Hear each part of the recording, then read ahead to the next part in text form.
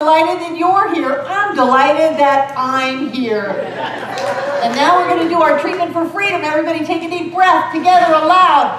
I speak my word for myself, my center, and all its members and friends. I know love as the only reality. I am created out of love. Love is what I am.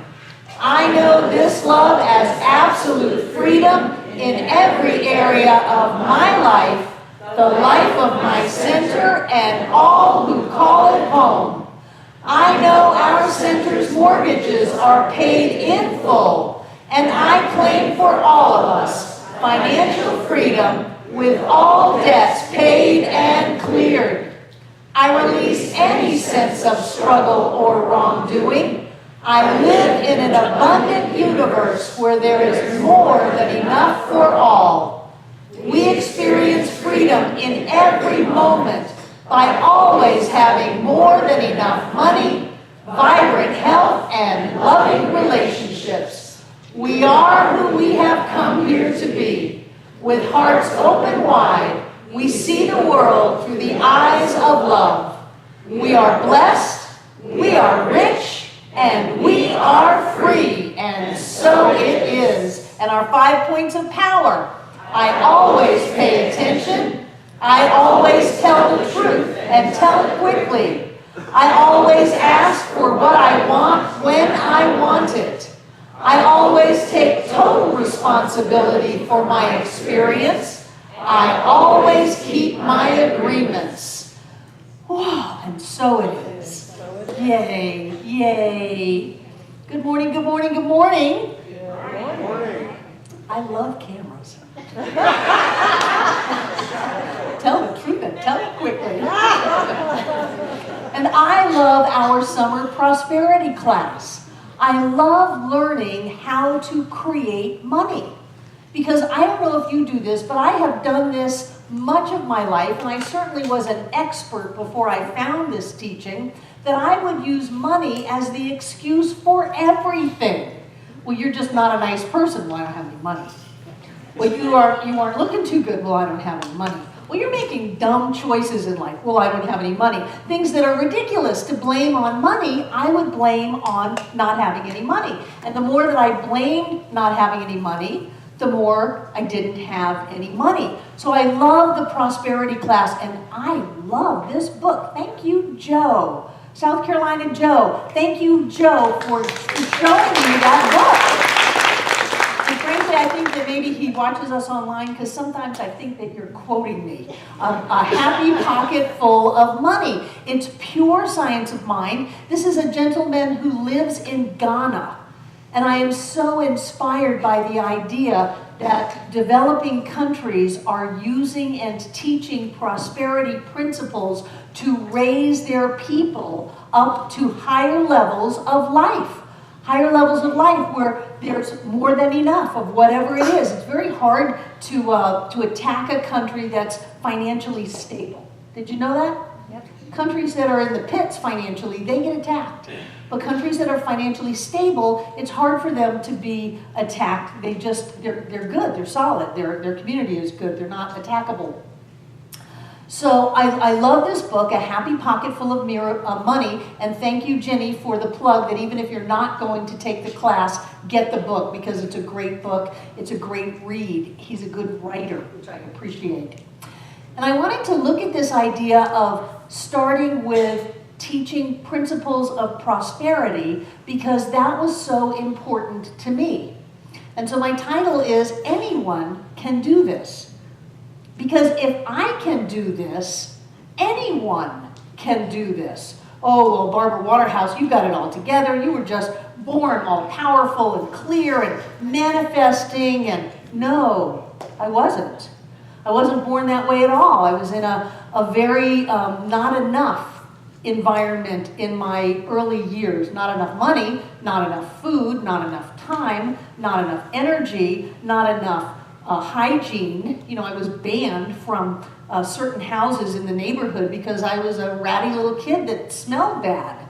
And so there was a consciousness of not enough that I then brought into my life. And even though my first husband, I'm sure that I married him so that we could have this wonderful child that we had, but I thought I was marrying him for his money. The funny thing was, as soon as we got married, he didn't have any money. My consciousness. And so there was a time in my life, it was 1977, and I was dying. I don't know if you've experienced that. I wasn't physically dying. My soul was dying. I was in a little tiny town in central Florida called Wauchula, which was the cucumber capital of the world. I was married to someone that didn't get me at all, and I just was so stifled that I knew if I stayed there, I would physically die. And so I found an opportunity and I ran. I ran all the way to the other side of the country, hoping to have my life get better. You know, I ran away from my first husband thinking he was the problem. He wasn't the problem. I ran away trying to effect a geographical cure. The changing of the scenery didn't change things. But while I was out there, inside of 2 weeks, I managed to lose every penny that I had. I had a 3-year-old child, and I was homeless, broke, pretty destitute, and sleeping on someone's floor while my son slept on their couch. And one morning, they came out, and honestly, they kind of nudged me with their foot, you know, a little kick to the body on the floor, and said, "We're going to church. Do you want to come?" And I thought I'd been raised Methodist, and Methodists drink coffee, so I said, "Do they have coffee?" And they said, "Well, yes, they do. They have coffee there." I said, I'm in, and off I went to a little Science of Mind center in Eugene, Oregon, and I heard for the first time concepts that I knew in my soul. I knew I had gone through everything I had gone through to be at that moment, to have let go of everything that I owned, everyone that I knew, any idea of what the future held, and to hear those ideas, that we are all one, that there's a power and a presence within you, that you can create your life. I had never heard anything like that. I had heard that I was a very, very, very bad girl, that I had done things that I should be ashamed of, and that whatever God was just out to get me in particular. And that whatever I wanted, I would never have, that life was a phenomenal struggle, and that it would be that way forever. And I started hearing these other ideas that said, you have the power to create your life. You're creating your life already. So I immediately went into neurotic blame, started beating myself up for all of the things that I had created, but there was something in me that knew this to be true. I was 23 years old when I first heard these ideas. This August, it will have been 39 years, I'll be in my 40th year in this teaching. And I have done my best to live these principles. And I'll grant you it wasn't easy, because I was coming from way behind to where these ideas wanted to take me. I was coming from this idea that said there's something inherently wrong with me. You can't let yourself be seen. The idea that I would stand on a stage every week was completely impossible. I was afraid of my own shadow. I had to teach myself how to speak out loud. When I was in ministerial school, I would read Ernest Holmes books in my bedroom out loud so that I could get used to the sound of my voice, because I was shy doesn't even touch it. I had such horrible self-esteem that I just wanted to blend into the background and not have anyone hurt me. And then I started getting in touch with something. And I did the whole thing. I did the index cards where I wrote affirmations and taped them on the refrigerator and the bathroom mirror in my car and all of that. So I would see things. I read everything I could get my hands on, because I so wanted to believe that life didn't have to be the way that it was, that it could be easier, it could be better, maybe it could even be good. And during this time, for those of you who still think that I came into this teaching on top of it all, I had a 3-year-old child, I was on welfare, I was on food stamps, and I was giving plasma twice a week to round out my meager budget. Plasma is where you give a pint of blood and they spin it and take the plasma out, and then they give you back your red blood cells, which are freezing cold, and then they do it again. And then you do that twice a week. And if you do it twice a week for a whole month, you get a $5 bonus at the end of the month because you kept all of your appointments. So I was literally allowing myself to be bled to try to get a handle on my life. But at the same time, I knew that I didn't have much to lose. This was not a great life worth holding on to. Oh, I want to hold on to my food stamps. I didn't. Oh, I want to hold on to my welfare. I didn't. Oh, I want to keep giving plasma. I didn't. I wanted to do whatever I needed to do to create a life that was better than the life that I had. And anyone can do this. But it takes courage, and it takes strength, and it takes commitment. That's why when people come up into my office and they say, oh, I want to learn how to have prosperity, I want to have, they don't ever say that. They say, treat for me for money. Well, what's holding you back from having money? Because the entire universe is trying to give you millions and millions of dollars right now. What's holding you back? Well, it's the dirty, rotten rackenfratchet that lives next door. It's the person that I'm in relationship with. It's because I don't have any money. If I had money, then I could accept more money. That's all a crock. It's our stinking thinking that keeps us broke.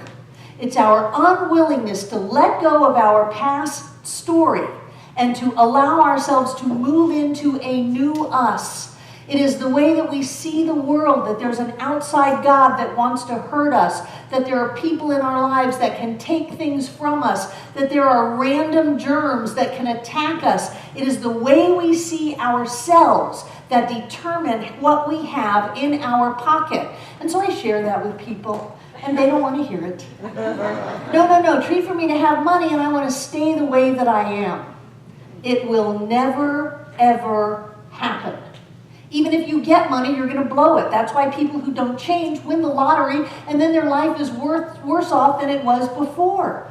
Because it takes the inner change to create the outer demonstration. But I guarantee you, and I've staked my life on this, I'm moving into my 40th year in this teaching. If you get a hold of your thoughts, you can get a hold of your life. If you stop going round and round in victimization and blame and, oh, the world's going to hell in a handbasket and the politicians and they're all crooks and this person and that person. No, that will cost you money. You might as well start peeling every dollar you've got in your pocket out and setting it on fire to allow yourself to indulge in that negativity, that limiting belief, that idea that there's anything outside of you costs you your fortune. So if you don't have your fortune right now in your bank account, what are you doing to stop it? Because I know beyond a shadow of a doubt, if you are clear about who you are, your life will show it. Demonstrations will happen out of the blue. Things will come together to lift you up. You'll meet that person. Something will open up. I know that if you get a hold of your thinking, everything can change. And I don't care what has gone on. I don't care what you've done. I don't care what anyone has done to you. There is no other. It's just you and God. And God's chasing you around this world saying, I have your fortune. Here, just stop a minute and let me give it to you. Just stop and breathe and open up and accept and stop blaming. Stop looking outside of yourself. Stop going round in circles. I have that fortune that you've been wanting, that you've been longing for, that you know you deserve because it's there. You know, we never want anything that's not here. That would throw the entire space-time continuum out of whack. The only things we can want are things that already exist in some level. So your fortune is here. Your physical healing is here. Your true love is here. Your happy life is here. If you will be willing to look at yourself in the face and say no more, I no longer will allow myself to be ruled by fear. I no longer will allow myself to talk to myself that way. I no longer will allow myself to live a small life. I'm not going to do it because what's in store for me is so much bigger than what I've had in the past that I don't want to hold on to the past. I want to let go completely and jump forward into my future. I deserve to live the life that I was created to live. You deserve to live the life that you were created to live. There's nothing stopping you except what's going on in here. So what I want to say to you today is that it's time to come out of the shadows. It's time to stand tall. It's time to live the life that you were meant to live. It's time to be who you have come here to be. The time is now. If not now, when? When? You're going to do it in 10 years? Oh, I'll just suffer for another 10 years. And then I'll really work on myself, and I'll really get clear, and I'll really listen to what I'm saying, and listen to what I'm thinking, and challenge what I feel. If it's anything less than, I am wealth, I am abundance, I am joy, which is the mantra all through that book. It's so wonderful. I am joy. I am God. I remember the first time someone tried to explain to me that I was God, I thought that was the most ridiculous thing I had ever heard. I knew what God was. God was a faraway being. God was scary. No, that's what I am. That's what you are. You are that spark of the divine let loose on planet Earth. This is a place where we do the impossible regularly. This is a place where we make dreams come true. We do it by challenging ourselves. We do it by rising up. We do it by standing tall. We do it by beginning to embrace the idea that maybe it's possible. The child that I was had no business growing up to be the woman you see here today. The thing that happened was me. It was divine intervention. But it wasn't something outside of me. It was me hearing this and believing it. Maybe I was gullible, I don't care. Believing that that was possible, that in this life laid majesty, that in this soul laid glory. And if I did it, I know that you can. And if you and I can do it, anybody can do this. And so it is.